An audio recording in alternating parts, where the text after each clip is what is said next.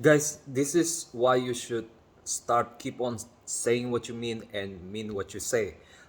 Watch the video from Dr. Karan that now uterus could be transplanted. And I'm seeing, what people would think in the future, the transgender are going to transplant uterus into their male body. I mean, look, I know this persona called Dorche, the late Dorche, who has passed away. He or she was a trans human being, and I like her because she make really good art and really nice shows in Indonesia. And I have no hate against them except when we have to self-defend against their abuse of power. They want us to say certain things that we don't want to say, that is against the freedom of speech. Now, apart from that, the danger is here is that I'm starting to see a direction towards dictatorship. There's a plan to instill a dictatorship into the whole world. And how is this related? Is that dictatorship, I remember when I was a child, I hearing story from adults who are in a dictatorship in Indonesia, and I also read about China, read about North Korea, and it's all about population control.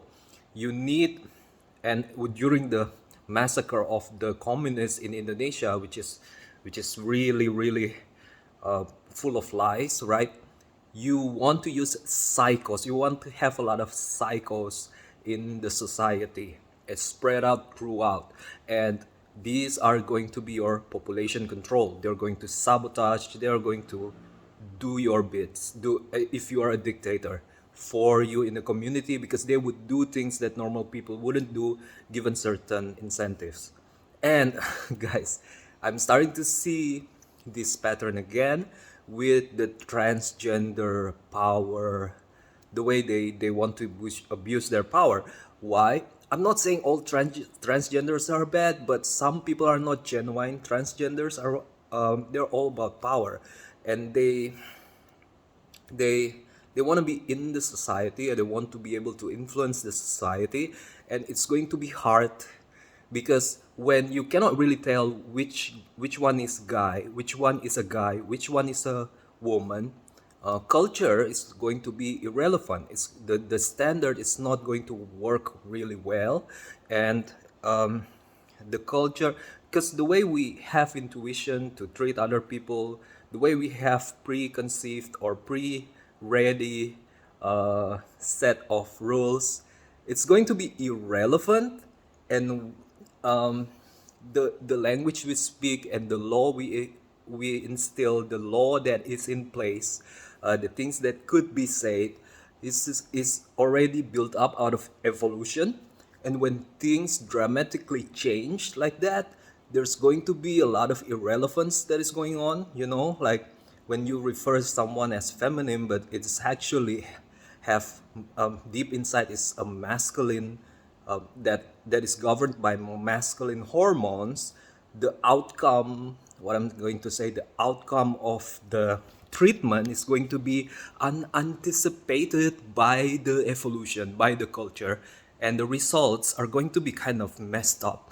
And I mean, if we could really tell which one is a trans human being, and if they just want to adopt their own name or something like that, I think it's fine.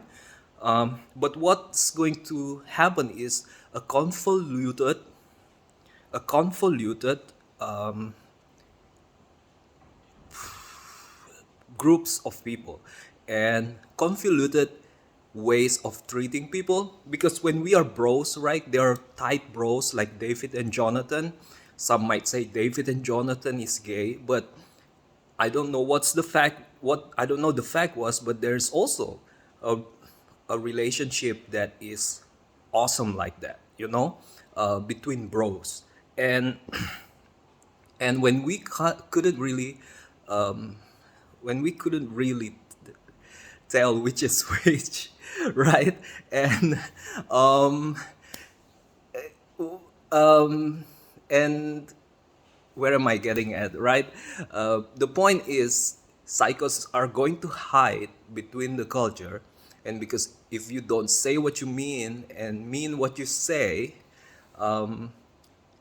if the culture of using the front door is not prevalent, I'm just going to say, if psychos say what they mean and mean what they say, they're going to be very different. So if we, so my argument is, why is being by mixing, not being able to tell gender and not being able to anticipate pre pre treatment towards a male or a woman, a he or a she, and have it relevant, have it the way it is intended by our parents, by the way it was told by our history, having the results the way it was anticipated. Why not having that anymore in the future is going to be in favor of dictatorship is like, for example, I'm going to try to extend my reach here. I could, like, I hope I could relate to people with this. Like, flirting, for example, for some people is have been had been a subject of sexual offense, while in the past just regular flirting, or appreciating sexiness of the other gender is just things that always happen.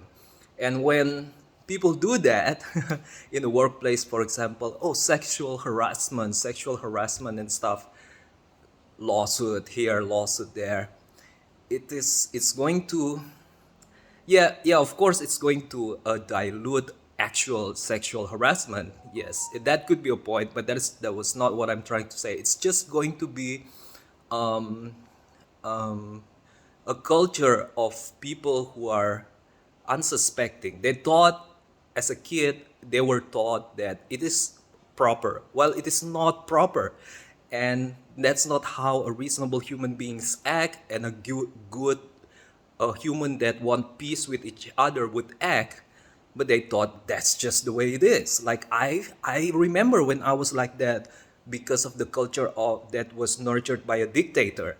I was like that, I remembered, but I don't want to go there.